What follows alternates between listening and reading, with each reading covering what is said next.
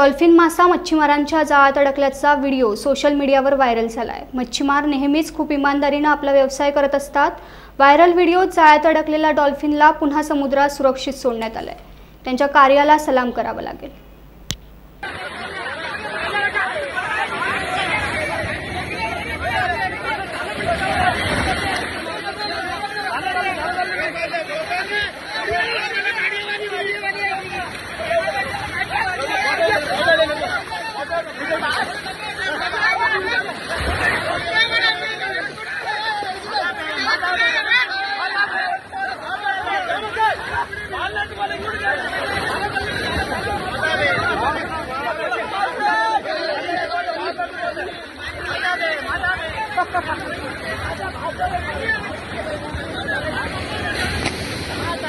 പൂന്തുറ കടപ്പുറത്ത് ഇപ്പൊ കയറിയത് കരമടി വലയിൽ ഇഷ്ടപ്പെട്ടതാണ്.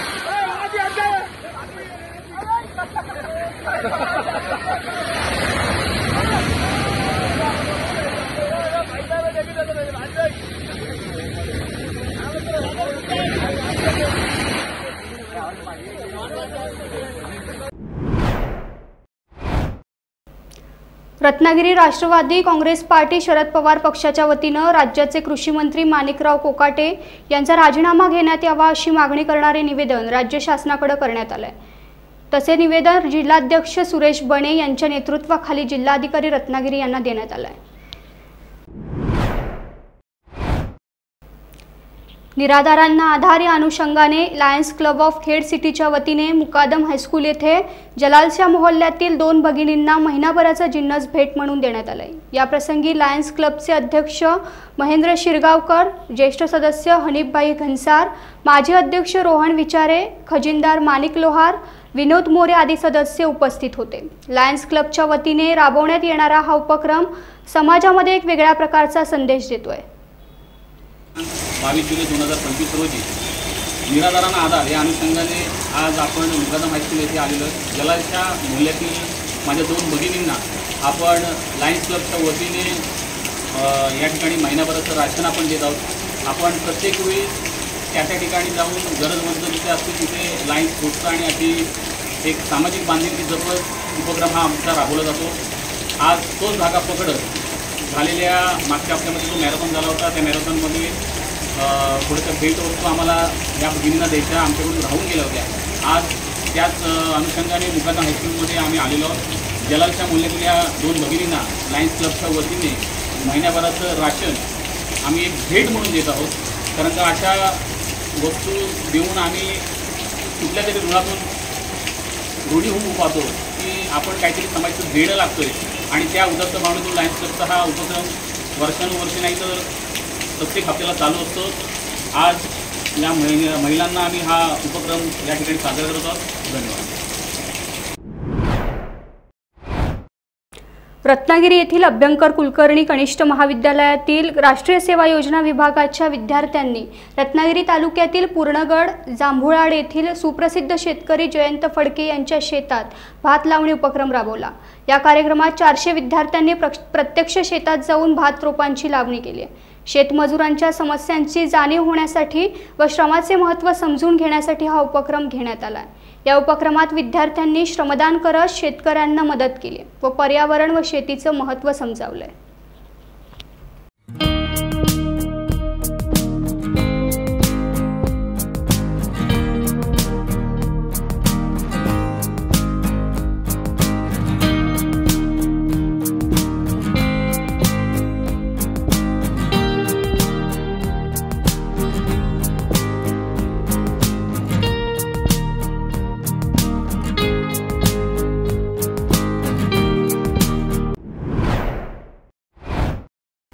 रायगड रोहा येथे ज्येष्ठ नागरिक सभागृहात रोटरी डिस्ट्रिक्ट प्रांतपाल नितीन धमाले व असिस्टंट गव्हर्नर संजय नारकर यांच्या प्रमुख उपस्थितीत रोटरी क्लब ऑफ रोहा सेंट्रलचा 8वा पदग्रहण सोहळा मोठ्या उत्साहात संपन्न झाला। यावेळी सन 2025-26 या वर्षासाठी सामाजिक शैक्षणिक उपक्रमात सक्रिय सहभागी होणारे, सर्वांना सोबत घेऊन काम करणारे, हरहुन्नरी व चतुरस्र व्यक्तिमत्व म्हणून ओळख असलेल्या विजय दिवकर यांनी अध्यक्षपदाची सूत्रे स्वीकारली। यांच्यासह सचिवपदी राकेश कागडा, खजिनदारपदी दिलीप देशमुख आदींनी पदभार स्वीकारला।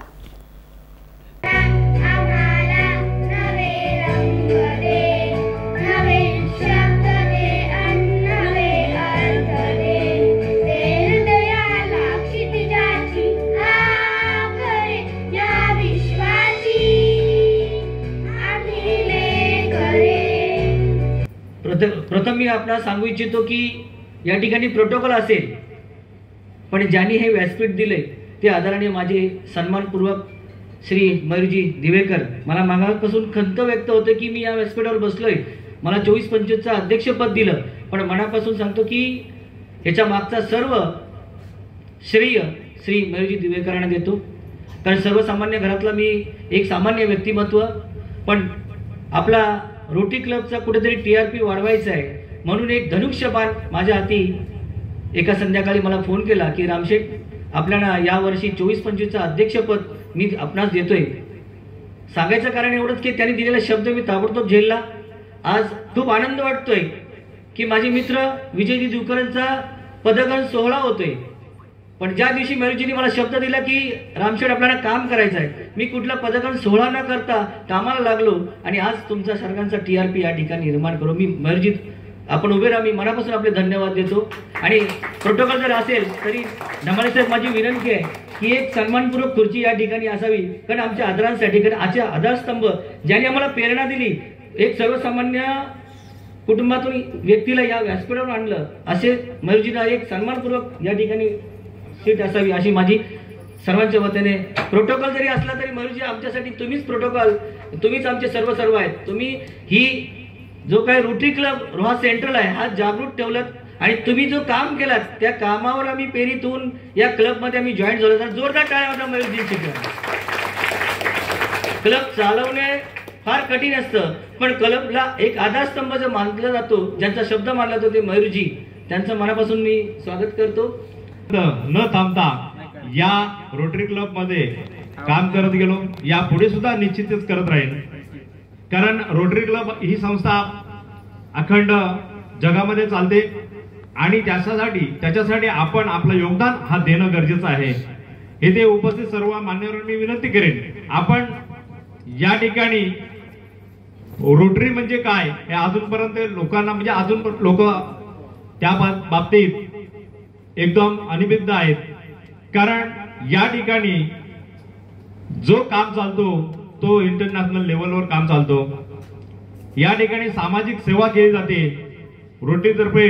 मला वाटतोय ज्या वेळेला कोरोनाची जेव्हा साथ आली त्यावेळेला जे आपण लसीकरण झालं होता, तर अखंड देशामध्ये रोटरी क्लबने आपल्यापर्यंत पोहोचवले। हे कुणालाच माहित नव्हतं, कारण ती आपण लस घेतली होती ती पूर्ण मोफत घेतली होती, ही दिलेली होती ती रोटरी क्लब यांनी दिलेली होती। आणि अशा पद्धतीने रोटरी महान अशा पद्धतीने ते काम करतो। त्याच पद्धतीने मी एक छोटासा थेंब या रोहा रोटरी क्लब मध्ये काम करत असताना मला इथे संधी मिळतोय। एक छोटा सा मुझे बताना था, डिस्ट्रिक्ट में environment is the 7th focused area और उसमें 10 वर्टिकल्स है, बहुत सारा है काम करने के लिए। एवरी मंथ अगर आप करोगे तो भी बहुत सारे प्रोजेक्ट्स है सर आपके पास करने के लिए। तो सिंपल चीज़ है, जैसे ई वेस्ट कलेक्शन है, हम लोग नॉर्मल अपने घर की बैटरीज है, फिर कुछ आयरन खराब हो गया है या बच्चे के टॉयज जो इलेक्ट्रिक है फेंक देते हैं, तो उसे फेंकना नहीं है, you have to collect it. और ई वेस्ट कलेक्शन ड्राइव कर सकते हैं हम, तो वी कैन कलेक्ट दैट। उससे क्या होता है कि जो पॉइजनस केमिकल्स है वो नदी में या सैंड में नहीं जाते हैं, वो एक प्रॉपर डिस्ट्रीब्यूशन से रिफर्बिश होते हैं। सो दूसरा small things are there, but बहुत सारा है सर। अगर आप एक मीटिंग में हम ये डिस्कस में डिटेल कर सकते हैं। यहाँ पे सिर्फ सबको इन्फॉर्म करना था कि इन्वायरमेंट इज़ एन एवेन्यू, उसके बारे में प्लीज़ सोचिए। मदर अर्थ है तो बहुत सारा है काम करने के लिए। इवन फॉर वुमेन जो हम सैनिटरी पैड्स यूज़ करते हैं, स्टॉप यूजिंग देम, उसमें केमिकल्स है, प्लास्टिक है। उससे अच्छे अल्टरनेटिव्स है, like you have cloth pads, you have menstrual cups, we can start using that. I have started using it, इसीलिए मैं बोल रही हूँ आपको। मेंबरला सांगितलं जातं की तुला ह्या कॅम्पचा सर्वे करायचा आहे। सर्वे कसा करायचा आहे की जेव्हा हे बेनिफिशियरीज परत येतात डोळ्याला काळा गॉगल घालून, त्यांच्याकडनं त्यांची मुलाखत घेऊन फॉर्म भरायचा आहे। शेवटचे 2 मिनिटं।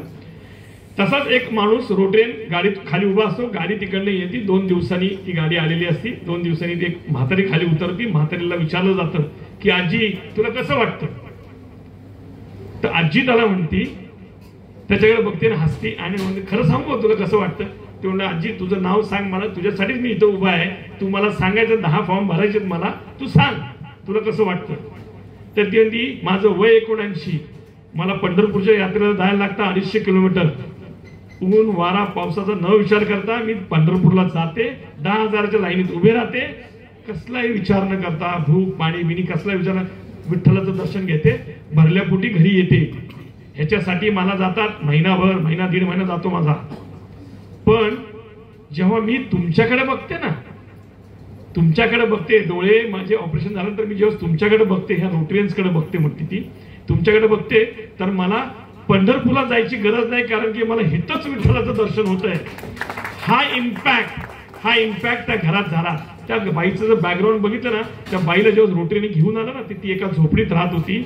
झोपडी, तिचा नवरा, तिचा मुलगा, तिची सून सकाळी कामाला जाताना दरवाजा उघडून घ्यायची आणि खायचं आणि पाण्याच्या वस्तू तिच्या समोर ठेवून द्यायची। घरात अंधार व्हायचा, तिला काही कळायचं नाही, त्या अंधाराचा दरवाजा ठोठवणारा हा रोटरियन होता।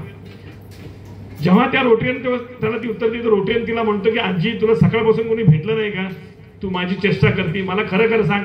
तेव्हा ती त्याला स्टोरी सांगते, जेव्हा मी अंधारात बसले, माझा दरवाजा ठोठवणारा तो विठ्ठल मला येऊन विचारतो की आजी हे धर कागद, उद्या डोळे तपासायला ये। परत दुसऱ्या दिवशी सकाळी विठ्ठल येतो आणि मला म्हणतो तुझ्या पोराला सांग तिथं तुला जाता आता सोडायला। त्या शाळेत जवळच तो पोरगा सोडतो, तो तुमच्यासारख्या मोठ्या ग्रुपमध्ये येऊ शकत नसतो, तो बुजतो। चकाकीला गरीब लोक बुजतात, ते पोहोचू शकत नाही तुमच्यापर्यंत, तो त्याच्या आईला रस्त्यात सोडतो आणि म्हणतो जा, आणि तो निघून जातो। तिथंच दुसरा विठ्ठल तो हाताला धरतो, हाताला घेऊन आणि मला आज जातो, माझे डोळे तपासतो आणि मला म्हणतो आई तुला उद्या जायचंय, उद्या तुझं ऑपरेशन करायचं, तू इथंच बस, तुझ्या घरी निरोप धाडतो आम्ही। ती म्हातारी तिथंच बसती, दुसरा विठ्ठल हाताला धरून गाडीत बसवतोय, तिथं नेतो, ऑपरेशन थिएटरमध्ये तिचं ऑपरेशन होतं। ऑपरेशन झालं, तिला खायला घातलं जातं, दुसऱ्या दिवशी सकाळी तो घेऊन येतो आणि दुसरा विठ्ठल मला विचारतो आजी तुला कसं वाटतं। म्हणून मी सांगते खऱ्या अर्थाने मला सगळ्या रोटरींकडे बघितल्यानंतर मला पंढरपूरला जायची गरज वाटत नाही, त्यांच्या रूपाने मला विठ्ठल मिळतो। हा इम्पॅक्टफुल प्रोजेक्ट जेव्हा रोटरीन करतो ना, त्याचे एकूण एक रुपयाचा हिशोब आपल्याला मिळतो।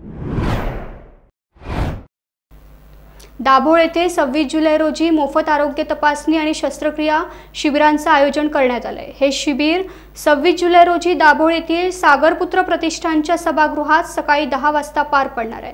या शिबिरासाठी देरवण येथील वैद्यकीय अधिकाऱ्यांचे पथक येणार असून यात मोतीबिंदू, मुतकडा, एंजिओप्लास्टी, बायपास, गुडघे आदींबाबत तपासण्या करण्यात येणार आहेत। तर या शिबिराचा सर्वांनी लाभ घ्यावा असे आवाहन मिहिर महाजन यांनी केले आहे। नमस्कार। येणाऱ्या शनिवारी 26 जुलैला आपण दाभोळच्या सागरपुत्र प्रतिष्ठानच्या सभागृहामध्ये मोफत वैद्यकीय तपासणी आणि शस्त्रक्रिया शिबिर करतोय। विशेषतः आपल्या ग्रामीण भागातले अनेक सिनियर सिटीजन्स, गरजू पेशंट असे असतात की वर्षानुवर्ष त्यांना काही ना काही व्याधी जडलेली असते, परंतु कदाचित भविष्यात सर्जरी करावी लागेल, ऑपरेशन करावं लागेल, त्याला खूप खर्च येईल, या भीतीने असे गरजू पेशंट मोठ्या दवाखान्यात जातच नाहीत किंवा डॉक्टरांकडे देखील जात नाहीत। त्यासाठी आपण सर्वांनी, सगळ्यांना आणि स्वतःला देखील आवश्यकता असल्यास याचा लाभ घ्यावा ही माझी विनंती। या कॅम्पसाठी आवश्यक म्हणजे आपल्याकडे असणारे आपले मेडिकलचे रिपोर्ट्स किंवा रेशन कार्ड, आपल्या आधार कार्डची कॉपी, असे जे डॉक्युमेंट आपल्याकडे असतील ते आपण निश्चितपणे येताना सोबत घेऊन यावेत। ही देखील एक सूचना आपल्या तज्ज्ञ डॉक्टरांकडून आलेली आहे. 26 जुलैला होणाऱ्या कॅम्पचं ठिकाण दाभोळचं सागरपुत्र प्रतिष्ठानचं सभागृह सकाळी 10 ते 1 या वेळामध्ये शनिवारी 26 जुलै. भेटूया. कॅम्पच्या माध्यमातून अधिकाधिक रुग्णांना सहाय्य मिळावे हीच अपेक्षा. धन्यवाद. टाटा सायमाळ येथे एका अज्ञात वाहनानं मारुती कार इकोला जोरात धडक दिली आहे. मारुती इको गाडी क्रमांक MH11DH 3212 महाबळेश्वर येथील असून यामध्ये संध्या शंकर घोरपडे राहणार तळदेव महाबळेश्वर यांचा मृत्यू झाला. यात बाबू चंद्रकांत जाधव व इतर 2 व्यक्ती जखमी झाल्यात. जखमी व्यक्तींना NGM हॉस्पिटल पनवेल येथे उपचारासाठी दाखल करण्यात आलंय. खोपोली पोलीस स्टेशनमध्ये अज्ञात वाहनाविरोधात गुन्हा दाखल केलेला असून पोलीस चौकशी करतात.